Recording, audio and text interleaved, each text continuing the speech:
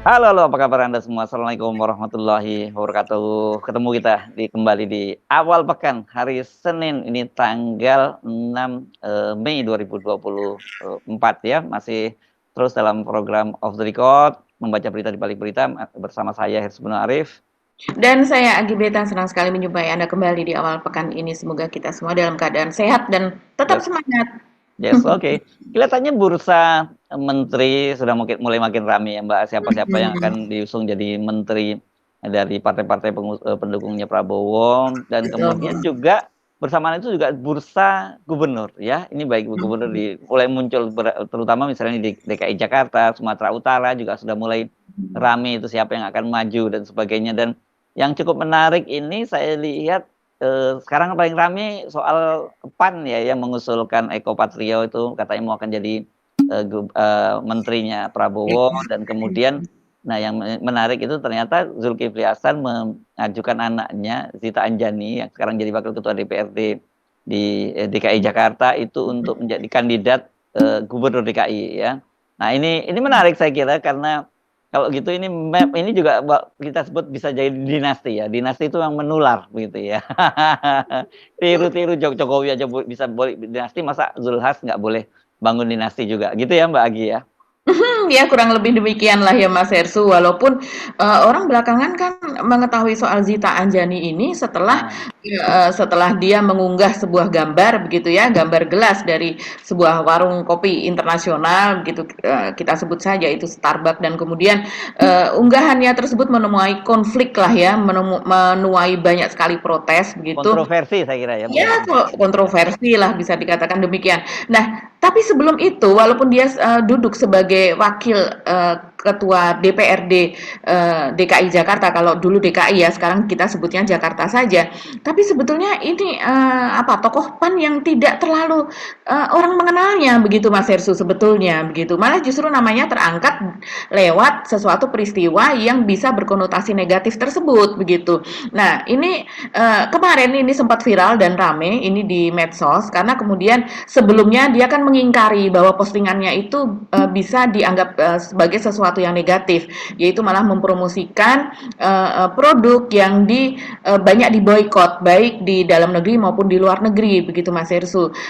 Tapi kemudian dia kan menyanggah soal itu begitu ya. Nah, belakangan rupanya tadinya bapaknya yaitu Zulkifli Hasan yang juga Menteri Perdagangan begitu, yang juga Ketua Umum Partai Amanat Nasional, tadinya kan ketika ditanya oleh media dia mengatakan bahwa ya itu urusannya dia dan itu enggak ada, maksudnya tidak, bukan sesuatu yang penting lah, itu unggahan-unggahan biasa. Tapi rupanya kemarin Pak Zulhas ini menganggap itu sebagai sesuatu yang sangat-sangat penting setelah kemudian anaknya betul-betul namanya itu betul-betul hancur ya Mas Efsu akibat dari peristiwa tersebut. Dan kemudian kemarin dia mendampingi anaknya pada acara Car Free Day atau CFD. Nah, terus kemudian mereka bagi-bagi kopi begitu, yang katanya kopi lokal dan untuk mempromosikan Palestina begitu. Ini sesuatu yang menarik begitu. Ini ada apa ya? Kok sampai segitunya ingin, Ya. kalau menurut netizen mereka mengatakan lagi nyebokin nama anaknya begitu ya. Nyebokin itu artinya itu membersihkan setelah seseorang membuang kotoran yang akhirnya kemudian dibersihkan. Itu kalau di netizen itu kan, netizen memang paling julid ya, mereka mengatakan lagi nyebokin begitu. Ya,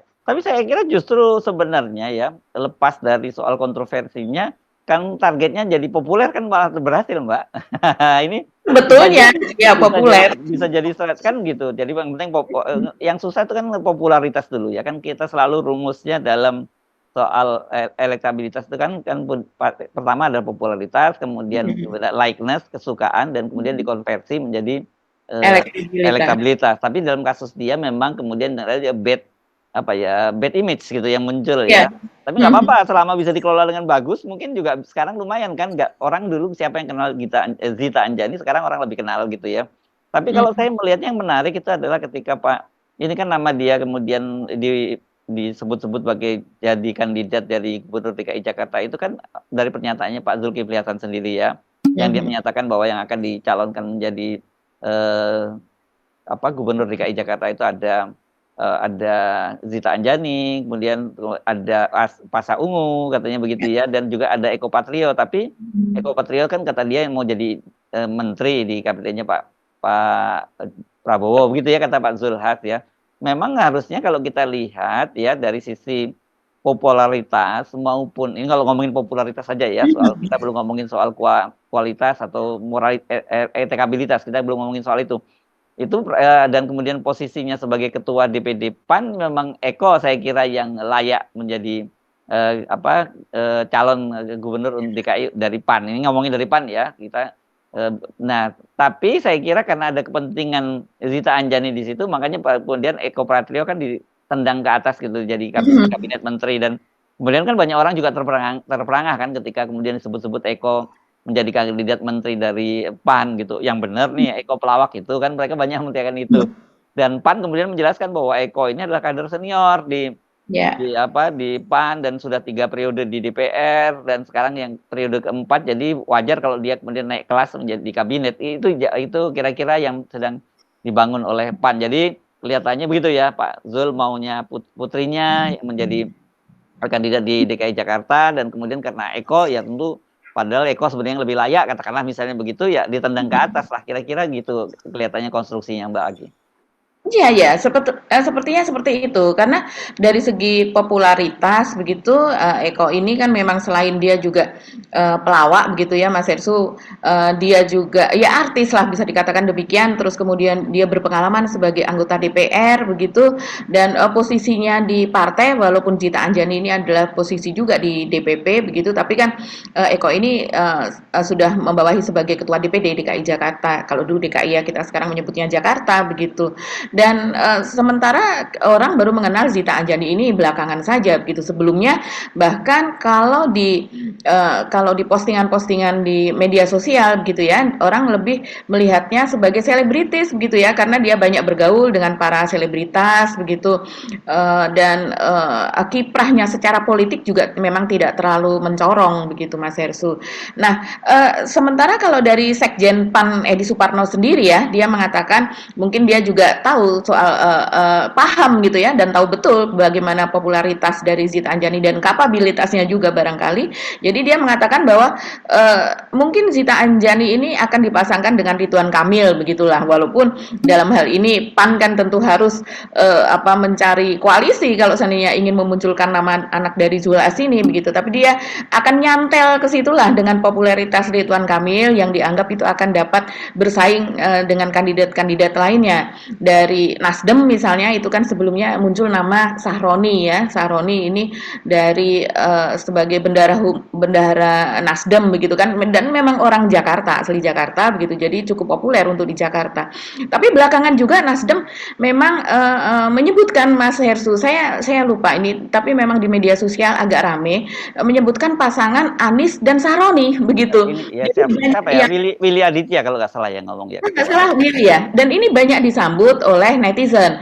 Mereka mengatakan, wah kayaknya cocok tuh kalau Anies dengan Sahroni, dan mereka mengendorse supaya Nasdem begitu mengusung pasangan tersebut begitu. Jadi memang di Jakarta ini ada nama-nama ya dari PDIP kita juga masih belum tahu. Sementara kalau Kaisang itu naik turun lah namanya, kadang muncul kadang tenggelam begitu. Sementara kalau dari PDIP sendiri juga masih belum jelas apakah Ahok akan maju lagi. Ada yang mengatakan bahwa Ahok sepertinya akan maju lagi karena dia mulai aktif bermain media sosial lagi begitu kan. Jadi mengindikasikan loh Ahok yang belakangan ini kemarin dia tidak bisa masuk TKN begitu karena berbagai hal gitu, tapi sekarang dia sudah mulai muncul lagi. Pasti akan ada gerakan lagi ke depan. Ini apa nih agendanya begitu. Nah, jadi ya nama yang sekarang muncul Zita Anjani dari Zulhas ini, orang kemudian ingat bahwa ingat kepada apa yang dilakukan oleh Pak Jokowi, yaitu saat ini kan sedang mengendorse untuk Bobby di Sumatera Utara ya Mas Ersu gitu, yang dan kemudian ya ini para ketua umum terutama ini Pak Zulkifli Hasan rupanya ini ingin menaikkan anaknya di menjadi calon gubernur atau calon wakil gubernur di Jakarta. Ya nggak ada salahnya presidennya begitu ya, menterinya Dicontoh saja begitu ya. tinggal nyontoh saja ya. Tapi tetap menarik. Jadi Jakarta ini jangan lupa ya, kendati sekarang tidak lagi menjadi ibu kota, tapi tetap saja bahwa ya Jakarta itu pusat pertempuran utama di sini, karena bagaimanapun juga ekonomi berputar di sini, politik di sini, media di sini begitu ya. Jadi saya pun menduga dengan kuat nanti ketika Pak Prabowo dilantik menjadi presiden, jadi Pak Prabowo pasti juga akan lebih banyak berkantor di Jakarta ketimbang harus berkantor di IKN. Jadi tetap saja Jakarta ini akan menjadi magnet utama dan perebutan begitu ya Mbak ya, karena sumber dayanya luar biasa di sini gitu. Nah jadi kalau tadi misalnya, tapi katakanlah begini, kelihatannya ya satu kalau kita analisis dari sisi kemungkinan partai-partai yang akan mengusung ya Mbak ya. Kalau Zita Anjani misalnya diharapkan jadi gubernur DKI Jakarta, saya kira mungkin ada beberapa persoalan. Tadi tentu saja persoalan bahwa popularitas dia juga belum cukup baik dan yang terjadi belakangan ini justru malah negatif gitu ya. Tapi saya bilang tadi negatif itu bisa gampang dikelola di Indonesia ini. Orang Indonesia itu gampang, memorinya pendek, gampang lupa, dan satu lagi gampang diselesaikan dengan bansos gitu ya. Kalau tapi Jakarta, walaupun Jakarta agak berbeda karakternya ya. Di Jakarta ini bansos ini kelihatannya tidak seefektif seperti di daerah-daerah, tapi tetap Di saja Jawa Tengah begitu. ya Jawa Tengah khususnya, tapi tetap aja money politik itu bisa Ya, mengubah jalan. permainan gitu ya. Karena itu penting kita ingatkan kembali bahwa rekomendasi dari Mahkamah Konstitusi waktu itu harus diatur soal bansos ini, karena bisa-bisa nanti menjelang bansos akan menjelang pilkada serentak itu akan muncul lagi bansos baru model kayak pilpres kemarin kan begitu ya Mbak Agi. Nah, yang Betul. itu satu ya dari sisi itu. Yang kedua dari sisi partai, PAN ini kan di Jakarta juga bukan partai pemenang pemilu kemarin, karena dia di DPRD dia hanya memperoleh 10 kursi. Sementara kita tahu total seluruh kursi di DPRD itu 120 kursi ya. Jadi artinya kalau dia 10 sekitar dia mau untuk calonkan gubernur itu syaratnya itu 22 kursi, Mbak. Jadi jadi jauh. Jadi artinya PAN itu harus berkoalisi dengan partai-partai lain, dan itu artinya tawar-menawar yang tidak mudah. Jadi satu sudah kursinya nggak banyak, kedua kalau figurnya nggak cukup kuat ya agak akan berat gitu. PKS misalnya yang berambisi untuk mengajukan sendiri kader internalnya pun masih harus berkoalisi dengan partai lain. Dia tidak bisa maju sendiri, dan kalau kemudian dia mengajukan kandidat yang tidak cukup kuat figurnya, partai lain juga tidak akan mau mendukung kan gitu. Bukan hanya semata-mata soal popularitas, soal memiliki kursi di DPRD gitu loh Mbak Agi. Ya, iya, betul sekali Mas Hersu.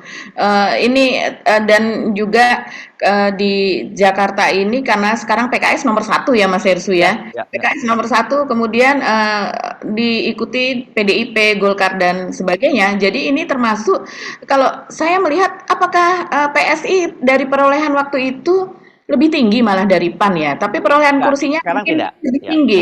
PAN lebih tinggi dari PSI begitu. PSI mungkin diprediksi sekitar 8 kursi juga. 8 ya. Jadi 8 kursi ya.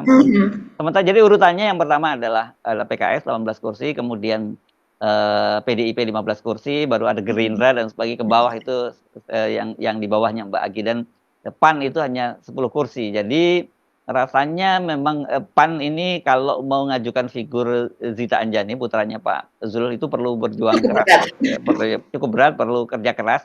Di gubernur dipastikan tidak, saya kira ya. Kalau dia yang maju, entah kalau Eko Patrio mungkin kita tidak tahu ya, tapi kalau Zita rasanya berat ya, karena dari popularitasnya belum cukup, dan kedua jadi kursinya tidak cukup juga gitu. Iya betul. Dan upaya dari Pak Zulkifli Hasan untuk membersihkan nama Zita Anjani ini kalau saya lihat nih luar biasa Mas Hersu.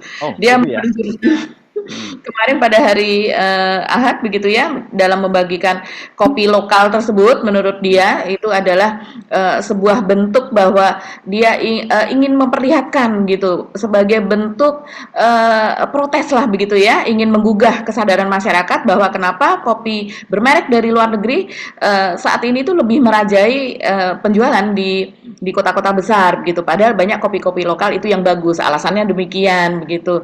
Dan dari setiap kopi lokal tersebut yang diambil oleh masyarakat, jadi diambil secara gratis ya, diberikan secara gratis itu dari pihak Zita Anjani mengeluarkan donasi 10.000 per cup begitu ya. Jadi kita bisa bayangkan kalau ada berapa ratus atau berapa ribu cup itu katanya akan didonasikan untuk Palestina begitu. Nanti dulu di mana dilakukan di Car Free Day?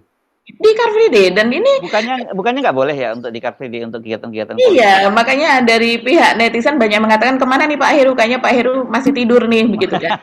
Tapi sebenarnya, Car Free Day, kita ingat ya, ada peraturan Car Free Day, ada peraturan daerah kalau tidak salah masuk ke Perda itu ya. Itu yang melarang kegiatan politik, begitu kan. Kegiatan politik dalam hal ini, apalagi kemarin Zita Anjani ini juga membagikan merchandise ya, antara lain itu berupa shawl atau selendang dengan bendera Palestina begitu. Ini kita bukan Ah, menyoal bahwa, oh kok kita anti Palestina? Tidak, bukan seperti itu. Tapi ini kita menyoal bagaimana peraturan itu berlaku berbeda di Car Free ya Day ya. ini. Ya.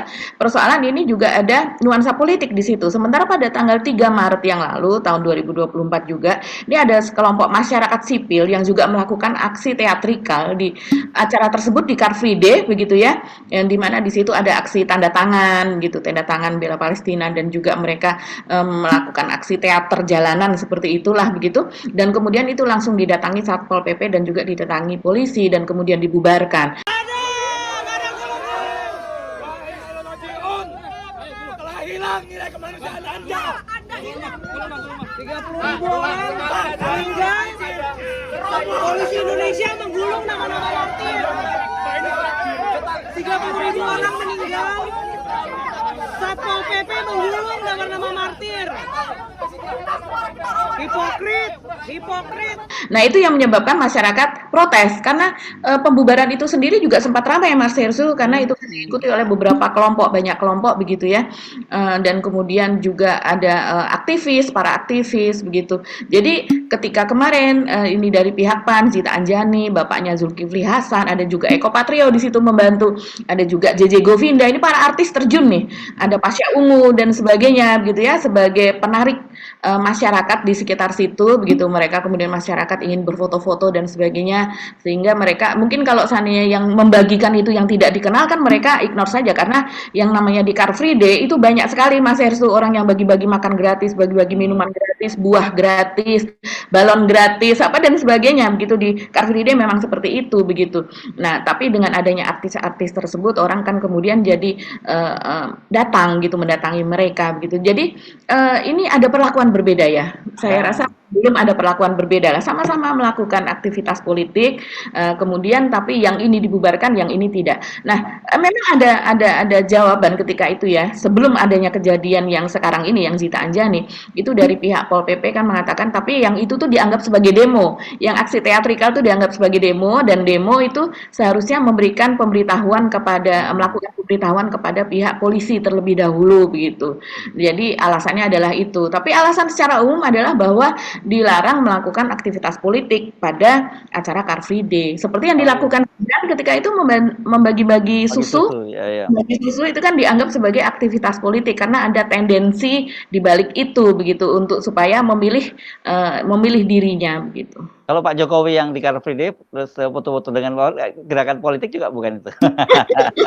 Ya, kebetulan kemarin pada hari Ahad kan juga Pak Jokowi sempat melakukan goes gitu ya, bersepeda tapi tidak terlalu lama. Itu juga mendapat sorotan dari netizen Mas Hersu, loh Pak Jokowi kok baru sekarang menyapa warga. Kemarin pada waktu disapa oleh ribuan buruh itu kemana aja begitu. Ketika warga ingin menyapa, Pak Jokowi malah pergi. Sementara sekarang warga lagi asik berolahraga, lagi asik ber-Car Free Day, Pak Jokowi malah datang menyapa gitu. Ya, ya, ya. Oke, saya kira sebenarnya kita tidak bisa melepaskan semua kegiatan para politisi itu, apapun dalihnya itu sebenarnya itu memang kita tahu di balik itu semua pasti ada persoalan kontestasi pada ini kalau yang Iya. paling paling terdekat tentu saja adalah pilkada serentak gitu ya. Kalau Pak Ya. Jokowi juga masih rajin rajin ke sana sini itu juga kaitannya juga seperti itu. Nanti kita tunggu kapan Pak Jokowi mulai intens ke Sumatera Utara ya. Karena ini kan sekarang Sumatera Utara ini sendiri masih rame juga ya soal kepastian Bobi maju sebagai calon gubernur itu karena Ijek atau Musara Jeksah ya ketua DPD Golkar tingkat satu sana kan masih itu juga ngotot dia maju sana ya. Sementara kalau dari partai-partai lain kan kelihatannya seperti PDIP udah jelas itu talak 3 lah dengan Bobi begitu ya. Dan Gerindra pun juga menyatakan akan mengusung calon sendiri. Jadi ini menarik ini barter politik dan juga kemudian persiapan nanti apa yang dilakukan oleh Pak Jokowi gitu. Termasuk yang seperti saya sebutkan tadi soal bansos ini jangan lupa ini kelihatannya nanti bisa terulang kembali peristiwa seperti pada Pilpres kemarin gitu, menjelang pilkada serentak itu kemudian bansos itu bisa digelontorkan lagi. Alasannya bisa macam-macam gitu Iya, ya. Alasannya itu betul. bisa karena di dalam APBN itu sendiri ada klausulnya di situ yang menyebutkan bahwa itu bisa dilakukan seperti dikatakan oleh Bu Sri Mulyani kan, bahwa itu bisa digunakan ketika dalam kondisi yang darurat gitu, jadi bisa digelontorkan. Jadi bisalah dicari macam-macam alasannya, itu seperti itu, apalagi di daerah-daerah yang relatif masih banyak penduduk miskin, ya ini akan jadi komoditi gitu, Mbak Agi. Iya, dan salah satu ketua umum yang menjadi pembagi bansos begitu ya dari partai koalisi 02 kemarin pada saat Pilpres kan Zulkifli Hasan begitu ya. Dan Jadi Pak Erlangga Hartarto juga. ada dua itu yang paling ada di benak masyarakat begitu, kedua orang itu yang berkeliling ke provinsi-provinsi dan kemudian membagikan mewakili nama Pak Jokowi, karena pada saat membagikan itu kita masih ingat ada rekaman yang sangat-sangat jelas itu Pak Zulkifli Hasan ketika mengatakan ini semua adalah berkat Pak Jokowi begitu kan, terus kemudian hidup Pak Jokowi dan kemudian kita bersama Pak Jokowi begitu, hidup PAN, hidup Pak Jokowi dan sebagainya. Padahal itu sedang dalam rangka juga bagi-bagi bansos dan ya orang jadinya ini yang mengamati kejadian yang kemarin itu juga menanyakan itu Mas Hersu, wah ini bakalan bagi-bagi bansos lagi nih kata netizen begitu. Tapi juga netizen ini memang ingatannya sangat kuat ya. Ketika sekarang Zita Anjani itu berusaha membersihkan namanya akibat dari dia akibat dari kelakuannya begitu, bisa dikatakan demikian, yang tidak panjang begitu ya Mas Hersu, yang tidak memikirkan nanti akan berakibat panjang dan sekarang susah sekali untuk membersihkan namanya. Ini kan juga pernah terjadi pada saat Pilpres kemarin ketika Pak Zulkifli Hasan pada sebuah acara pedagang pasar kalau tidak salah yang di Semarang itu, Asosiasi Pedagang Pasar Tradisional itu ya Mas Hersu yang di Semarang, dan kemudian dia juga entah sengaja atau tidak, terpeleset atau tidak, tapi yang jelas dia mengatakan bahwa gara-gara akronim Amin gitu pada pasangan itu ya,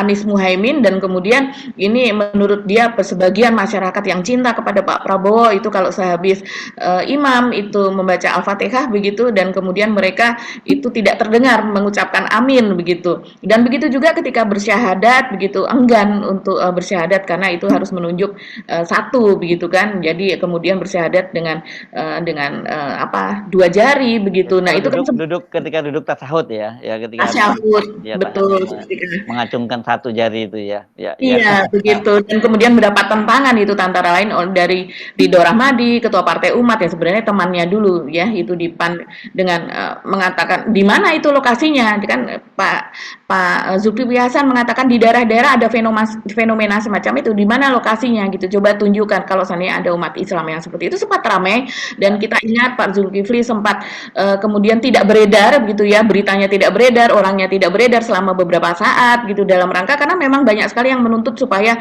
diproses di pengadilan apa dan sebagainya karena dianggap melecehkan dan sebagainya. Akhirnya yang naik adalah Edi Suparno dan dari PAN begitu kan, menetralisir ketika isunya sudah tidak hangat lagi, kemudian baru dia muncul lagi. Ini hampir sama nih, anak dan bapak ini perilakunya hampir sama nih Mas Hersu, dan apa yang harus dilakukan oleh PAN untuk membersihkan namanya itu ya cukup berat dua-duanya gitu. Ya, tapi kita lihat ya, karena gini, saya kira seperti saya sebut, orang Indonesia satu, kalau netizen Anda sebut tadi ingatannya kuat, tapi kalau orang kita kebanyakan gampang lupa gitu, terutama dalam kasus menjelang pemilu dan pilek, karena banyak sekali kemarin kita melihat fenomena banyak sekali kader-kader partai begitu ya yang bekerja keras lama membangun konstituen dan sebagainya begitu, menyantuni konstituen cukup lama, itu hanya dalam sekejap begitu ada money politik juga bisa berantakan, Mbak. Jadi ini memang kalau saya selalu melihat bahwa ini bukan kebusukan itu tidak ada yang terjadi di kalangan politisi, elit politik, sampai rakyat banyak pun seperti itu, realitasnya seperti itu. Jadi wajar kalau kemudian banyak para politisi itu ketika dia melakukan blunder ataupun dia tenang saja karena dia tahu gampang itu urusannya nanti diselesaikan lah, beres lah gitu ya. Oke, kita tinggalkan ya soal ini ya. Kita pindah kemana nih topiknya Mbak Agi? Ini kita mungkin pindah ke ini ya Mas Hersu, apa yang terjadi belakangan ini sih begitu ya, soal mungkin Pak Prabowo ini yang lumayan rame kan, Pak Prabowo diindikasikan diduga begitu akan nanti membentuk kabinet. Oh iya ya, kabinet begitu ya. Kabinet 100 menteri. Ya, Iya, jadi dari kabinet yang selama ini ada 34, di mana 4 diantaranya menteri koordinator dan sisanya menteri teknis. Ini saja sudah hmm. apa namanya, belanja APBN-nya sudah luar biasa, Mas Hersu, dengan jumlah kabinet seperti itu. Dan sekarang kan memang sepertinya karena apalagi dia ini hendak merangkul dari yang tadinya oposisi kemudian masuk, antara lain Nasdem, PKB apa dan sebagainya begitu. Jadi sepertinya ini akan banyak sekali wakil menteri, terutama saya yakin itu wakil menteri itu akan banyak. Jadi yang tadinya tidak ada adalah untuk mengakomodasi tokoh-tokoh dari partai itu tadi, maka kemudian dibentuk wakil menteri yang banyak. Nah, belakangan juga ada apa, dugaan bahwa akan dibentuk sekitar 40 kementerian begitu, Mas Ersul. Jadi Saya kalau ya, kementerian teknis, ya itu kan baru kementerian, Mbak, ya. Saya dengar dari salah satu anggota TKN, kata dia, sebenarnya kalau mau dihitung semua timnya, tim koalisi dan sebagainya itu yang harus ditampung itu ya. Nanti tapi tempatnya di mana-mana itu sebanyak 2.000, Mbak.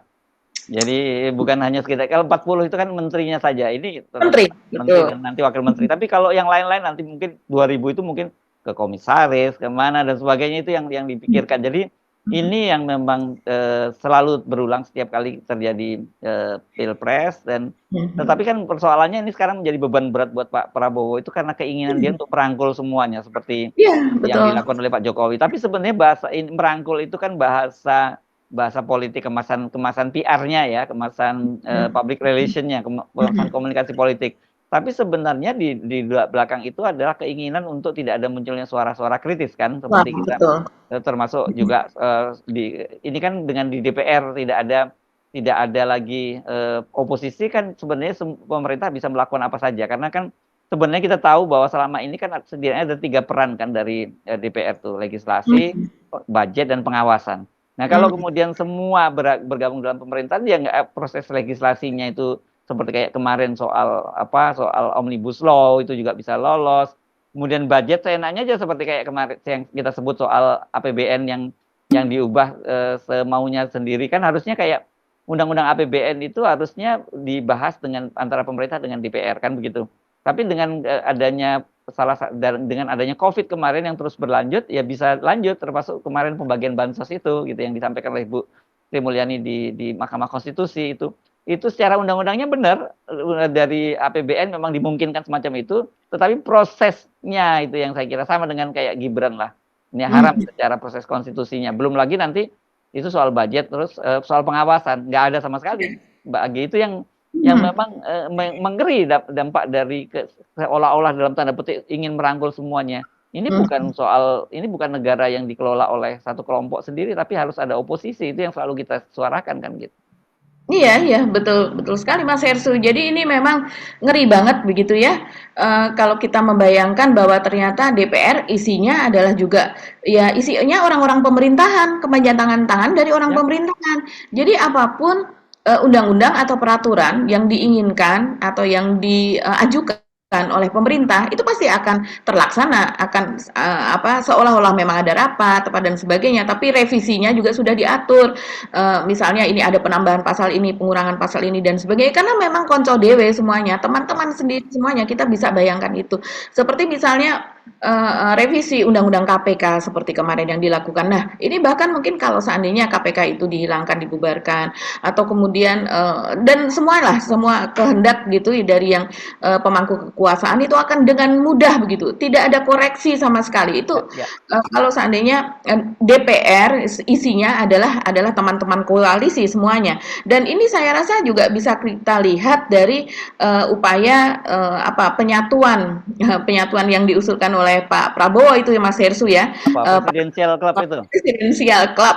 Ya. Presidensial Club ini kan ini memperlihatkan betapa, tapi sebetulnya juga itu merupakan akal-akalan, kalau saya rasa ya, akal-akalan bagaimana cara mempertemukan antara Pak Jokowi dengan Pak Jokowi dengan Ibu Megawati begitu kan. Dan itu nggak mungkin. Kita Iya, bisa dan itu pastikan nggak tidak mungkin. mungkin mempertemukan Ibu Megawati dengan Pak SBY saja yang Iya. tingkat kesalahan Pak SBY mungkin hanya berapa persen dari Ibu Mega begitu kan. Kan hanya persoalan dengan Ibu Mega dengan Pak Nggak izin. SBY saja, Ya, dengan anaknya tidak begitu kan. Sementara ini dengan sekeluarga begitu, Mas Hersu, sampai menantunya pun gitu berpersoalan dengan Dan PDIP. Pak SBY bukan kader PDIP, bukan orang yang dibesarkan oleh Ibu Megawati loh. Kebetulan dia Iya. diangkat menjadi menteri kabinetnya Ibu Megawati, hanya itu hubungannya. Tapi itu pun dalam banget kan, anunya, membekasnya pada Ibu Megawati, Tanya, iya. apalagi pada Pak Jokowi. Wah, Pak Jokowi sih, mungkin kalau Pak SBY kalau kita bikin presentase, Pak SBY itu cuman 5% gitu, kalau Pak SBY bisa 1000% kalau Pak Jokowi gitu ya.